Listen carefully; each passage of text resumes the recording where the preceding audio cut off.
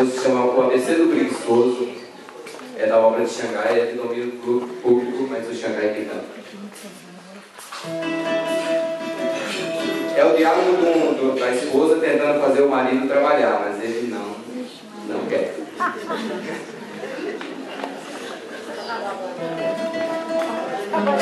Então, a esposa continua, conversa. Marido, já levanta e vai arrumar um andé pra pegar uma vaca gorda pra nós comer um sarapaté. Aroeira é pau pesado, não é minha velha, cai e machuca meu pé, e aí Deus só dá.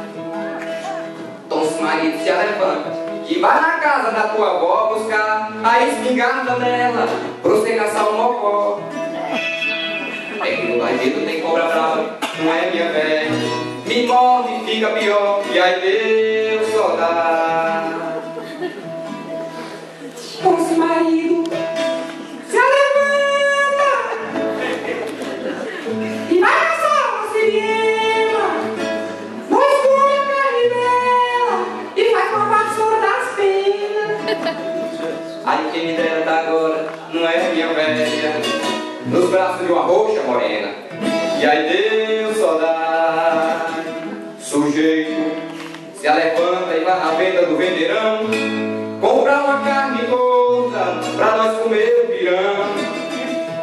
É que eu não tenho mais dinheiro, não é minha velha, fiado não compro não, e aí Deus só dá. O marido se levanta e vai na venda do vendeirinho comprar 10 metros de chita pra fazer roupa pros nossos filhinhos. Aí vem ter um colchão velho, não é minha velha, desmanche e faz umas caças pra mim, e aí Deus só dá. Então se marido se levanta e vem tomar um mingau, que é pra criar sustância, pra nós fazer um calaminal.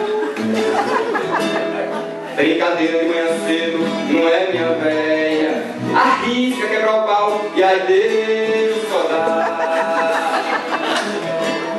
Desgramado, te levanta, deixa de ser preguiçoso, que o homem que não trabalha não pode comer gostoso. É que trabalhar é muito bom, não é minha velha, mas é um pouco arriscoso, e aí Deus só dá.